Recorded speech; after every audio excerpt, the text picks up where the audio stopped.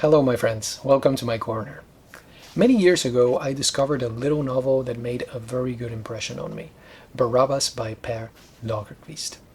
What struck me about the author, first of all, was his simple style, but I could tell that this was an apparently simple style only. It was obvious that the author had thought very carefully about the words that he had chosen. And another thing that I really loved about his novels was that there was a type of atmosphere of the folktale to them. That is something that I always appreciate, so I continued to read this author. I read The Sibyl, which you can see right here, The Death of Ahasuerus, that I don't have a copy of, Pilgrim at Sea, which I do have a copy of, but I have it in a storage, so I need to go and rescue that book, The Holy Land.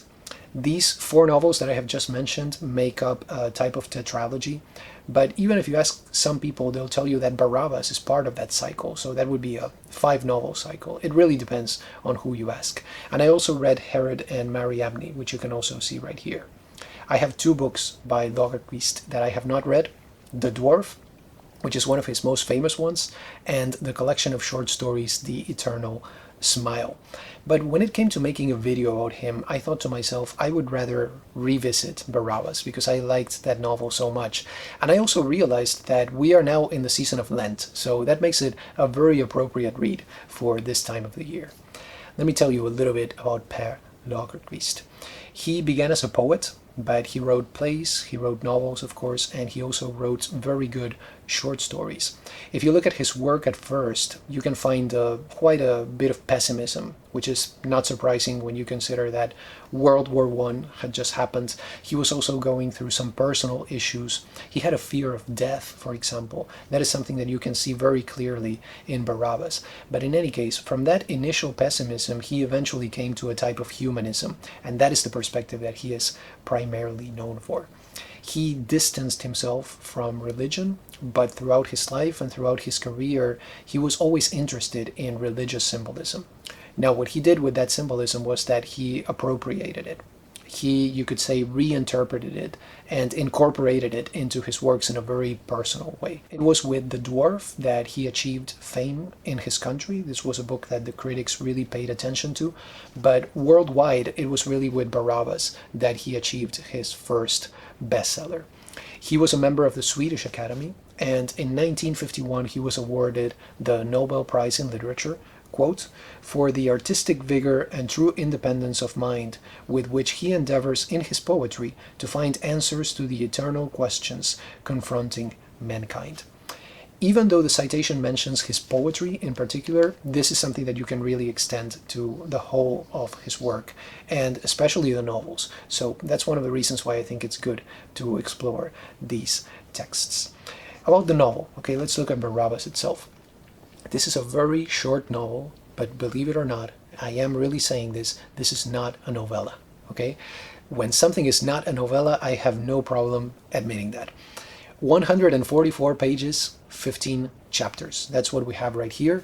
And I have the edition published by Vintage, okay? It comes with a preface by Lucien Maury and a letter by André Gide. Now, I'm going to say this. These 2 preliminary texts, I feel that they don't really add much to the reading experience of the novel, so I would say leave them for last, okay, if you decide to experience Barabbas. One of the reasons for that is that André Gide actually spoils the ending a little bit in his letter. I wonder if this letter was even meant to be a preface to the novel in any case. But you know how it is. It's wonderful if you can say André Gide spoiled something for me, but still, I would say leave them for last so that you can have a very good experience of the novel itself. The translation is by Alan Blair, and of course, unfortunately, I do not read Swedish, but I can tell you that just the English text reads wonderfully. That's as far as my comment can go on the English version. The novel's premise is quite fascinating to me. Okay, I still remember when I went to my local bookstore and I found the copy of Barabbas that I had at that time, which was not this one. And I read the first lines, okay? So let me read you the first paragraph so you can see what this sounds like. Everyone knows how they hung there on the crosses, and who they were that stood gathered around him: Mary his mother, and Mary Magdalene, Veronica, Simon of Cyrene, who carried the cross, and Joseph of Arimathea, who shrouded him. But a little further down the slope, rather to one side, a man was standing with his eyes riveted on the dying man in the middle, watching his death throes from the first moment to the last. His name was Barabbas. This book is about him. I absolutely love that at that point. This story really begins where the story that most people are familiar with ends. I see a kind of a postmodernist impulse behind this, right? This idea of taking a famous story and retelling it, or continuing it in this case, from the perspective of a secondary character. That is exactly what we have right here. What I thought about this time when I reread it was about a novel that I read exactly 1 year ago that I showed you at that time, and that is Grendel.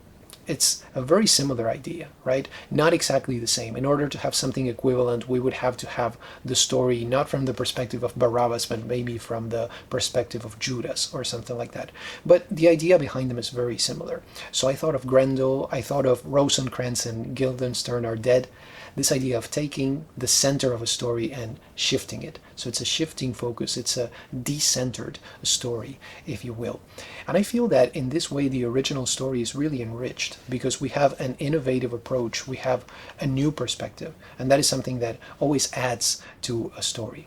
So at the center, if we're going to look at the protagonist, we have a guy about whom the Gospels really don't tell us that much. So I think what happened to Barabbas after he was set free is a really interesting and a valid question, right? Because we don't really have that information.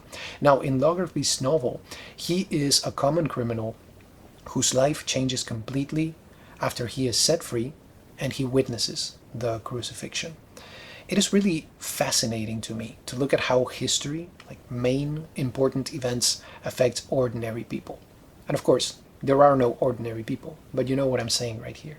Barabbas may be a criminal, but we can identify with him because we all know what it's like to have our shortcomings, right? We all know what it's like to be imperfect, even if we are not as terrible, maybe, as Barabbas was. And if you look at the Christian perspective, the Christian worldview, according to it, Christ died for everybody. So in the case of Barabbas, the interesting thing is that that becomes quite literal. He literally died for him. So that is one way in which we can connect with this character.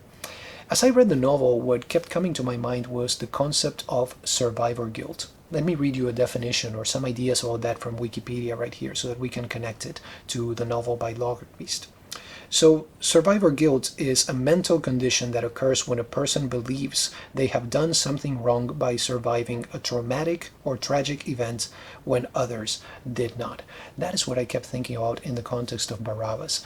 He not only knows that his life was spared, but he witnessed the crucifixion himself. And you can imagine how terrible that is. He's never going to forget this event. This is something that is going to be in his memory forever. In one way or another, the novel Barabbas is about this character dealing with this guilt of having survived. There's a very important passage on page 46 in which he actually reflects on this. So it says, "They spoke of his, Christ, having died for them. That might be true, but he really had died for Barabbas. No one could deny it. In actual fact, he was closer to him than they were, closer than anyone else, was bound up with him in quite another way, although they didn't want to have anything to do with him. He was chosen, one might say, chosen to escape suffering, to be let off. He was the real chosen one, acquitted instead of the Son of God himself." So Barabbas' story is the story of a second chance and the burden that can come with that, the burden of making it count. I mean, I can think about it. If I knew that somebody had died for me, I would be like, wow, I really need to do something with my life, right? I need to make it count.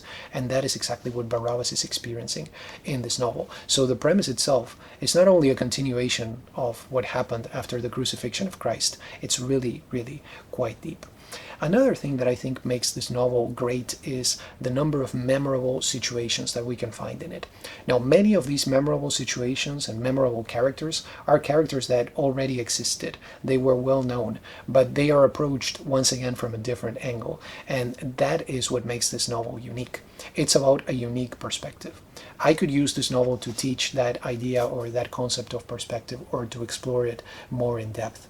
So it begins with the crucifixion. Then Barabbas meets the apostle Peter. Even though he's never named, we know that this is Peter. And at one point he is even taken to meet Lazarus. I think that part, right, the meeting of Barabbas and Lazarus and their conversation, is probably my favorite part in the entire novel. He asks Lazarus, what is the realm of the dead like? And I think Lazarus' answer to that is probably, once again, my favorite part of this entire novel. In the second half, something different happens, because we see Barabbas working at the mines. He's also working at the furnaces, and he makes a friend, a guy by the name of Sahak. And I like how Lagerkvist explores that connection between these two men and what that friendship means to Barabbas and how it marks him. So plenty of memorable characters, memorable events, but once again, looked at from a different perspective. And then I think another aspect that makes this novel memorable and great is the fact that it does have an allegorical dimension. I absolutely love those little books that have great depth to them. This is one of those, okay? And I think that is one of the reasons why this has been so successful. Many years ago, when I was in college, I gave a copy of Barabbas to one of my professors, who is now a very good friend of mine, one of my best friends.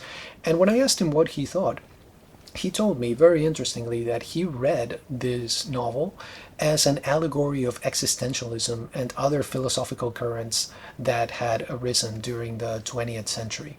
Barabbas is the man who wants to believe, but he cannot, right? He says that himself when he's asked, are you a Christian? He says, I want to believe. I had an X-Files moment right there with, Agent Mulder and that poster that he had. But the point here is that the desire is there, but the character does not seem to be able to reconcile the idea of a benevolent God with the presence of suffering, the presence of death, which he has seen with his own eyes happening right there in the crucifixion. A God that would not only accept these things, but that would himself go through them, right? Now, there are many good books about this that you can explore. I mean, C.S. Lewis wrote The Problem of Pain that explains this, but that's entirely another story. In any case, if you look at the novel, it does end on an ambiguous note. That is one of the reasons why I told you, please do not read the letter by André Gide at first. Leave it for last, because he goes into that ambiguity a little bit too much and reveals a little bit too much of the ending right there. There is a film adaptation of this novel, and it's from 1961.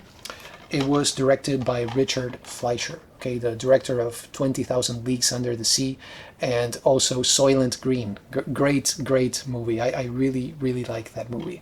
So this was evidently an effort to capitalize on the success that those biblical epics were having at the time that it was released.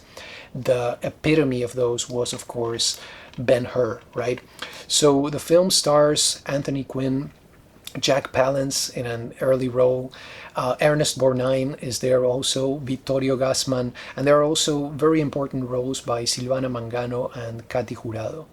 If you look at the film online, if you look it up, it has not been very well received. On IMDb, it has a rating of 6.9, so we're talking about a rating of 7. That's just good. It's not perfect, it's not bad either, but just good.